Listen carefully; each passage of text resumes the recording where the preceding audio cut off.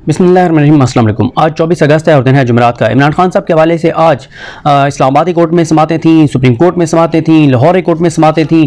इन सब समातों का अहवाल मैं आपके सामने रखूँगा और ये ज़रूर आपको शुरू में बता दूँगा कि मैं आज सुप्रीम कोर्ट और हाई कोर्ट में मौजूद नहीं था। मैंने वहाँ जो हमारे रिपोर्टर्स दोस्त हैं उनसे जो डिटेल्स ली वो आपके सामने रख रहा हूँ, अहम नुकात आपके सामने रख रहा हूँ और ख़ास तौर पर जो इस्लामाबाद हाई कोर्ट में हुआ उसके हवाले से, और साथ बाकी भी ज़ाहिर अपडेट्स आपके सामने रखूँगा। और अगर आप इन समातों का मुकम्मल अहवाल जानना चाहते हैं तो असदुल्ला खान साहब ने और साकिब बशीर साहब ने बड़ी डिटेल के साथ और फयाज़ महमूद साहब ने इनके ऊपर वीडियोस की हुई हैं, तो वो आप देख सकते हैं। खैर, जब आज समात शुरू हुई इस्लामाबाद हाई कोर्ट में तो एक तो 40 मिनट की तख़ीर से ये समात शुरू हुई। हालांकि सुप्रीम कोर्ट ने कल कहा था कि इस्लामाबाद हाई कोर्ट जो है वो जल्दी समात करे ताकि सुप्रीम कोर्ट 2 बजे तक समात कर सके।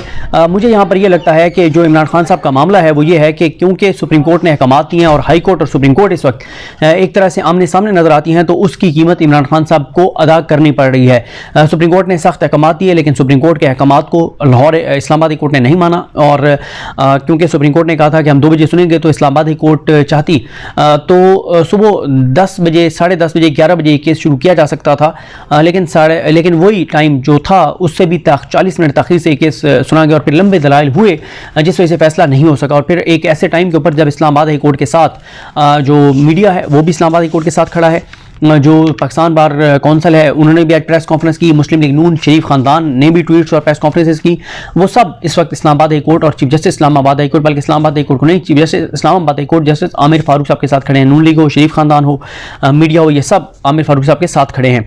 आज जब समात का आगाज़ हुआ तो आज भी वकला की खैर बड़ी तादाद कमरा अदालत में बताया गया मौजूद थी, और एक मौका ऐसा आया कि लतीफ़ खोसा साहब को कहना पड़ गया आमिर फारूक साहब को कि आपको तो शायद हवा आ रही हो, हमें तो हवा भी नहीं आ रही, बहुत गर्मी है, बहुत हब्स है, क्योंकि कमरा अदालत खचाखच वकला से भरा हुआ था। उसके बाद यह है कि खोसा साहब ने बताया कि सदर पाकिस्तान ने 14 अगस्त पर तमाम जो कैदी हैं उनकी सज़ाएँ 6 माह कम की हैं, तो उसमें इमरान खान साहब की सज़ा अब 2.5 साल रह गई है।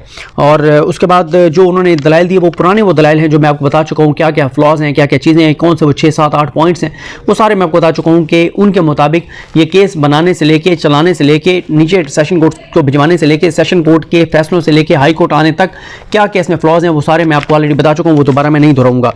उसके बाद आमिर फारूक साहब को जब ये उन्होंने कहा कि आपने मामला दोबारा ट्रायल कोर्ट को भेज दिया था, तो उन्होंने कहा कि अगर नीचे किसी अदालत से गलती होती है तो उसको मौका फराहम करना चाहिए कि वो अपनी गलती को सुधार ले।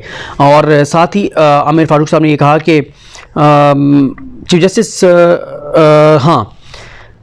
एक मौके पर उन्होंने ये भी कहा कि तेज़ी में ऐसा हो जाता है जैसे किया गया है। ज़ुबैर अली खान साहब ने बताया, उन्होंने साकिब बशीर साहब के साथ जो वीडियो की उसमें बताया, उन्होंने कि आमिर फारूक साहब ने एक मौके पे जब उन्होंने बताया बैरिस्टर गौर साहब ने, लतीफ़ खोसा साहब ने कि नीचे क्या किया ट्रायल कोर्ट की जज ने, तो उस पर आमिर फारूक साहब ने कहा कि तेज़ी में फिर ऐसा हो जाता है। यानी वो मान रहे हैं कि तेज़ी में ये ट्रायल चला और वो मान रहे हैं कि गलती उनसे हुई थी ट्रायल कोर्ट की जज से, लेकिन उन्हीं के पास मामला दोबारा भिजवाया गया था ताकि वो अपनी गलती को सुधार लें। उसके बाद अमजद परवेज़ साहब आए। अमजद परवेज़ साहब ने जो नुकता उठाया वो ये उठाया कि जो स्टेट है उसको फ्रीक नहीं बनाया गया यहाँ, क्योंकि इमरान खान की कन्विक्शन हो चुकी है। जब भी कन्विक्शन का मामला आएगा, सज़ा मुअत्तल का मामला आएगा, वहाँ पे रियासत फ़रीक है, रियासत को फ़रीक बनाना चाहिए। और ये सारी मामलात हैं। एक तो लतीफ़ खोसा साहब ने एतराज़ उठाया कि अमजद परवेज़ साहब जो हैं ये प्राइवेट वकील हैं और सुप्रीम कोर्ट का एक फ़ैसला मौजूद है कि सरकारी जहाँ पे वकला जिनको इतनी तनख्वाहें दी जाती हैं वो मौजूद हों, तो प्राइवेट वकील सरकारी इदारे नहीं कर सकते, तो इलेक्शन कमीशन सरकार प्राइवेट वकील कर ही नहीं सकता था।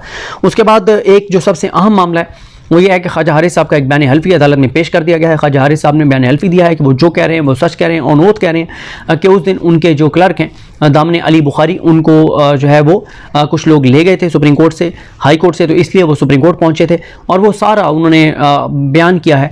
और इससे पहले वो पूरा उन ऑडियो का ट्रांसक्रिप्ट अदालत के सामने रख चुके हैं कि उनके क्लर्क ने, दामने अली बुखारी ने, उनको क्या जो है वो वॉइस नोट भेजा था, कैसे उनका मोबाइल बंद हुआ था, उनके साथ क्या हुआ था 5 अगस्त को, जिस वजह से ख्वाजा हारिस साहब सुप्रीम कोर्ट पहुँच गए थे, सुप्रीम कोर्ट के रजिस्ट्रार को मिले थे और चीफ जस्टिस को एक एप्लीकेशन दी थी, और जिस वजह से वो फिर टाइम पे नहीं पहुंच सके थे ट्रायल कोर्ट में, और ट्रायल कोर्ट ने फिर उनके ना पहुंचने पर फैसला सुना दिया। उसके बाद एक मौके पे लतीफ़ खोसा साहब ने यह भी कहा कि आपको इग्नोर कर दिया ट्रायल कोर्ट के जज ने, फिर उन्होंने फ़ौरन कहा नहीं सॉरी आपके फैसले को। और उसके बाद खोसा साहब ने अदालत को ये भी कहा कि 50 साल में मैंने कभी नहीं देखा जिस तरह से इस केस में देखा है कि क्या कुछ हुआ है। माजरत के साथ आपने भी ट्रायल कोर्ट को नहीं रोका केस चलाने से बावजूद इसके कि आपके पास हक के दिफा का जो मामला है वो पेंडिंग था और आप उस पर नोटिस कर चुके थे। और उन्होंने कहा आपने नहीं भी रोका था तो इतनी इज्जत करनी चाहिए थी ट्रायल कोर्ट को आपकी कि वो आपका एहतराम करते हुए वो रुक जाते और फैसला ना सुनाते। और उन्होंने कहा 12:15 पर फैसला महफूज हुआ। 12:30 बजे तक जज साहब ने 30 सफ़हात जो है वो टाइप कर लिए थे। ये भी पाकिस्तान की अदालती तारीख का एक अनोखा वाक़या है कि एक जज ने 15 मिनट में 30 सफ़हात इंग्लिश में टाइप कर लिए, प्रूफ रीडिंग भी कर ली। उसके बाद उन्होंने कहा कि और ये भी एक उन्होंने कहा कि अपनी नौयत का पहला वाक़या कि 12:30 बजे सज़ा इस्लामाबाद में होती है, 12:35 पर गिरफ्तार वो लाहौर से हो जाते हैं। और उन्होंने कहा कि अमजद परवेज़ साहब जो हैं उन्होंने जब बयान हल्फी दिया ख्वाजा हारिस साहब का तो उन्होंने कहा कि अमजद परवेज़ साहब भी ख्वाजा हारिस साहब की क्रेडिबिलिटी को चैलेंज नहीं करेंगे और कहने का मकसद ये था कि ख्वाजा हारिस कभी भी गलत बयानी नहीं कर सकते। और फिर उन्होंने कहा कि जो अमजद परवेज़ साहब हैं उन्होंने लतीफ़ खोसा साहब के बारे में कहा कि मेरे निकाह के ये गवाह हैं। तो उस पर चीफ जस्टिस ने मुस्कुराते हुए फिर कहा कि फिर तो ये बड़े अहम गवाह हैं और गैर मुतलका भी नहीं हैं। उसके बाद उन्होंने कहा कि जब ये जो उन्होंने जल्दी वाली बात की थी ना कि जल्दी मैच हो जाता है, उन्होंने कहा कि उन्होंने जो जज हुमायूं दिलावर साहब ने कहा कि मैं अपने पहले फैसले पर इन्हिसार करते हुए कहता हूँ कि ये केस मेरा दायरा इख्तियार भी बनता है और ये काबिल सबात भी है, लेकिन जिस फैसले पर उन्होंने इन्हिसार किया वो फैसला तो आप कलअदम कर चुके थे। तो उस पर आमिर फारूक साहब ने कहा कि जल्दी में ऐसा हो जाया करता है। फिर उसके बाद जो अमजद परवेज़ साहब हैं उनको इस्लाम याद आ गया। वो अमजद परवेज़ साहब जो शरीफ ख़ानदान के चोरी, डकैती, लूटमार, करप्शन के केसेस में वकील थे, मरीम नवाज़ को बरी करवाने वकला में से थे और वो जो शरीफ ख़ानदान की पर्चियाँ ना देने का दिफा किया करते थे। आज उनको हज़रत उमर फ़ारूक का दौर याद आ गया कि जी उस वक्त भी गवर्नर अपने एसेट्स डिक्लेयर किया करते थे और ये सारी चीज़ें। और फिर एक मौके पर उन्होंने कहा कि आप अगर इस पर फैसला करेंगे तो ये मामला हक दिफा वाला सिंगल बेंच के पास है और ऊपर सुप्रीम कोर्ट के पास भी है। तो उस पर आमिर फारूक साहब ने कहा इसका मतलब है कि ये बेंच हम जो है वो सिंगल बेंच और सुप्रीम कोर्ट के दरमियान सैंडविच बने हुए हैं, हालांकि सिंगल बेंच उनके अपने ऊपर मुश्तमिल है, वो खुद वो केस सुन रहे हैं। उसके बाद टैक्स रिटर्न की जब बात आई तो उन्होंने कहा टैक्स रिटर्न तो मैं भी अपने नहीं भर सकता, ज़ाहिर है वो एक टेक्निकल चीज़ है। शायद इस तनाजुर में है कि इमरान खान साहब ने कहा कि जिसने मेरे टैक्स रिटर्न भरे हैं उसको एज ए गवाह में लाना चाहता हूँ, तो मुझे लाने दिया जाए, जो कि उनकी रिक्वेस्ट पर मुस्तरद हो गई थी। उसके बाद उन्होंने कहा कि ये जो सज़ा मुअत्तल करना है ये अदालत का इस्तेहकाक है, किसी मुल्जिम का, मुजरिम का राइट नहीं है, उसका हक नहीं है कि वो क्लेम करे कि ये मेरा राइट है। ये राइट नहीं है, ये अदालत का इख्तियार है, इस्तेहकाक है कि अदालत करे या ना करे। और उसके बाद उन्होंने क्योंकि कहा कि मुझे 3 घंटे कल चाहिए तो उस पर बड़े बरहम हुए लतीफ़ खोसा साहब। उन्होंने कहा क्या तरीका है? उन्होंने कहा कि जी आपने भी दो घंटे दलाइल दिए हैं। तो खोसा साहब ने कहा मैंने 1 घंटे दिए और अब कल तक समाअत जो है वो मुलतवी हुई है, कल 11:30 बजे तक इस्लामाबादी कोर्ट में, लेकिन कल जुमा भी है। जुमे से पहले देखना होगा कि वो दलाइल कंक्लूड करते हैं या नहीं करते। लेकिन ये भी हो सकता है कि जो आमिर फारूक साहब हैं वो अब इस मामले को सोमवार तक ले जाएं, क्योंकि इस वक्त उनके साथ जिस तरह से सब खड़े हुए हैं तो वो अगर सुप्रीम कोर्ट के सामने आगे खड़े भी हो जाते हैं तो उनको ये नज़र आ रहा है कि आमिर के आगे बंदियाल साहब तो जा रहे हैं और आगे काजी फैसल साहब आ रहे हैं, तो कोई ऐसा इशू नहीं है। अगर वो बंदियाल साहब के साथ कोई भी इस तरह की लड़ाई भी ले लेते हैं तो उनको कोई इशू नहीं होगा। अब आ जाएँ इस बात पर कि सुप्रीम कोर्ट में क्या हुआ। ये बड़ी डिटेल में स्टोरी बनाई आबिद अली रईनी साहब ने कि सुप्रीम कोर्ट में तोशाखाना केस में हाई कोर्ट के फैसले के खिलाफ इमरान खान की अपील की समाअत करते हुए चीफ जस्टिस पाकिस्तान उमर ता बंदियाल ने रिमार्क्स दिए हैं कि अदलिया इंसाफ देने के लिए पुरज़म है। चीफ जस्टिस की सरबराही में 3 रुकनी बेंच जिसमें जस्टिस मज़ाहिर अली अकबर नकवी और जस्टिस जमाल खान मुदखिल शामिल थे, उन्होंने समाअत मुलतवी करते हुए करार दिया कि इस्लामाबाद कोर्ट का फैसला आने के बाद जल्द केस सुना जाएगा। चीफ जस्टिस ने कहा कि आज के हुक्मनामे में हम जेल में दरखास्त गुजार की हालत इज़हार के बारे में पूछेंगे और बाद में फिर जो रिटर्न ऑर्डर है उसमें इमरान खान साहब की कंडीशन के बारे में जवाब मांग लिया गया है अटॉर्नी जनरल से कि 28 अगस्त तक वो जवाब दें कि इमरान खान साहब को जेल में किस हालत में रखा गया है। उसके बाद जस्टिस जमाल खान मुदखिल साहब ने कहा कि हाई कोर्ट एक इंडिपेंडेंट इदारा है, हर अदालत फैसलों में आज़ाद होती है और अदालत की आज़ादी का एहतराम करना चाहिए। समाअत शुरू हुई तो वकील लतीफ़ खोसा ने पेश होकर बताया कि उन्होंने हाई कोर्ट में अपना केस पेश कर दिया है, हाई कोर्ट के सामने तमाम नुकात रखनी है। चीफ जस्टिस ने कहा कि आपका यही शिकवा था कि आपको सुना नहीं जा रहा, अब आपके तमाम दलाइल सुन लिए गए हैं, हाई कोर्ट से यही उम्मीद रखेंगे कि वो आपके नुकात पर फैसला देगी। जस्टिस जमाल खान मुदखिल ने पूछा कि हाई कोर्ट की कार्रवाई का क्या नतीजा निकला। लतीफ़ खोसा ने कहा कि हाई कोर्ट पर ताख़ीर का इल्ज़ाम आयद किया जिस पर जस्टिस जमाल खान मंदोखेल ने कहा कि हाई कोर्ट के जजेस पर तनकीद ना करें। हाई कोर्ट ने अभी तक कोई ऑर्डर जारी नहीं किया। लतीफ़ खोसा ने अदालत से अबूरी हुक्म जारी करने की सदा की, जिस पर चीफ जस्टिस ने कहा कि इस्लामाबाद हाई कोर्ट में समाअत अभी चल रही है।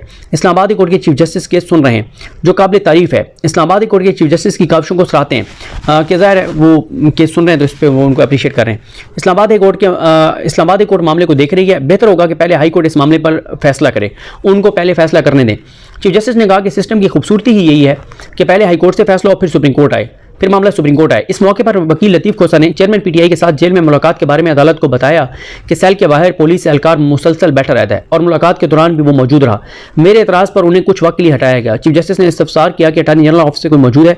आज के हुक्मनामे में चेयरमैन पीटीआई की जेल में रहने की सूरत हाल के बारे में पूछेंगे कि उन्हें किस हाल में रखा गया, और हुकूमत इस बारे में हुकूमत से बयान तलब करेंगे। अटॉर्नी जनरल से पूछेंगे कि चेयरमैन पीटीआई को जेल में किस हाल में रखा गया। लतीफ़ खोसा ने पिछले रोज़ के अदालती समाअत पर तनकीद का मामला उठाया और कहा कि जजों पर तनकीद का पैमरा को नोटिस लेना चाहिए कि आपने कल जो समाअत की थी उस पर जो कुछ पॉलिटिकल पार्टीज कर रही हैं और मीडिया पर जो तनकीद हो रही है।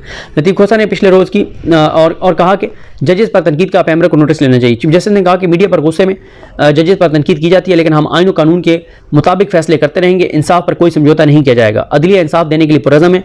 अदालत चेयरमैन पीटीआई को जो है वो रिपोर्ट तलब करते हुए उठ गए और फिर उन्होंने ऑब्जर्वेशन दी कि हम जल्द मिलेंगे। उसके बाद आ जाएँ वकील अब्दुल रज़ाक शर कत्ल केस में क्या हुआ। ये भी 3 रुकनी यही बेंच था, बंदयाल साहब, मज़ाहिर अली अकबर नकवी साहब और जमाल खान मंदोखेल साहब। सुप्रीम कोर्ट ने वकील अब्दुल रज़ाक शर के कत्ल के मुकदमे में चेयरमैन पीटीआई इमरान खान को गिरफ्तार न करने के हुक्म में तोसी करते हुए समाअत मुलतवी कर दी है। चीफ जस्टिस उमर ता बंदयाल की सरबराही में 3 रुकनी बेंच ने क्वेटा में वकील के कत्ल के मुकदमे में मुलजिम नामजद करने के खिलाफ चेयरमैन पीटीआई की दरखास्त पर समाअत की।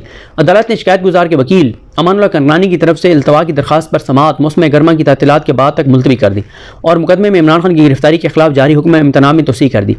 दौरान समाअत जस्टिस जमाल खान मंदोखेल ने इमरान खान के वकील लतीफ़ खान खोसा से इस्तफसार किया कि हाईकोर्ट ने आपके मौक्कल को, यानी बलूचिस्तान हाईकोर्ट ने आपके मौक्कल इमरान खान को JIT के सामने पेश होने का कहा था। क्या इमरान खान JIT में पेश हुए? लतीफ़ खोसा ने JIT की तश्कील पर सवाल उठाते हुए कहा कि JIT गैर कानूनी है। फाजिल जज ने, यानी जमाल खान मंदोखेल ने लतीफ़ खोसा को मुखातिब करते हुए कहा कि मैं छोटा सा सवाल कर रहा हूँ, इसका हाँ या ना में जवाब दें। लतीफ़ खोसा ने बताया कि इमरान खान JIT के सामने पेश नहीं हुए और वो पेश भी नहीं होंगे। अपने मौक़िफ़ की वजाहत करते हुए लतीफ़ खोसा ने कहा कि JIT में खुफिया इदारों के अफराद को शामिल किया गया, जिस पर जस्टिस जमाल खान मंदोखेल ने इमरान खान के वकील से मुकालमा करते हुए कहा कि क्या ये आप तय करेंगे कि पेश होना या नहीं होना। JIT की हैसियत का फैसला अदालत ने करना है, मुलजिम ने नहीं। अदालत ने शिकायत गुजार की तरफ से दायर इल्तवा की दरखास्त, क्योंकि ये अब्दुल रज़ाक शर के बेटे के वकील अमानुल्लाह करनानी ने आज एडजर्नमेंट की दरखास्त दी थी, तो उसकी वजह से समाअत मुलतवी कर दी और चीफ जस्टिस ने लतीफ़ खोसा से मुखातिब होते हुए कहा कि हमने कई सवाल सोच रखे हैं, मुनासिब वक्त आने पर आपसे पूछेंगे। ये हो गया। अब आ जाएँ आज लाहौर में भी बहुत इंपॉर्टेंट था। आज लाहौर में जो है वो क्या हुआ, ये आपको बता दूं कि आज इस्लामाबाद हाई कोर्ट में जब समाअत ख़त्म हुई तो लतीफ़ खोसा साहब बाहर निकले, बहुत गुस्से में थे। उन्होंने कहा कि सुप्रीम कोर्ट के अहकामात हाई कोर्ट नहीं मान रही, हाई कोर्ट के अहकामात ट्रायल कोर्ट नहीं मान रहा, अदालतें बेवकूफ़ हो चुकी हैं, अदालतें अहकामात देती हैं, इमरान खान को छोड़ा नहीं जाता, और ये सारी बातें लतीफ़ खोसा साहब ने कहीं। आज लाहौर में क्या कुछ हुआ, आज लाहौर में ये हुआ कि इमरान खान साहब की ये जो दरखास्तें अदम पैरवी पर खारिज हो रही हैं, जो उनके ऊपर केसेस हैं, क्योंकि वो वहाँ पर पेश नहीं हो सकते, वो कैद में, तो उनकी दरखास्तें इस बुनियाद पर जो खारिज हो रही हैं, इस को चैलेंज किया है उन्होंने सलमान सफदर साहब ने, लेकिन उस पर एतराज़ात जो है 2 रुकनी बेंच ने बरकरार रखे हैं रजिस्ट्रार ऑफिस के, इसलिए उन्होंने दरखास्तें वापस ले ली हैं और अब एतराज़ात दूर करके और दरखास्तें कल दोबारा जो है वो दायर की जाएंगी।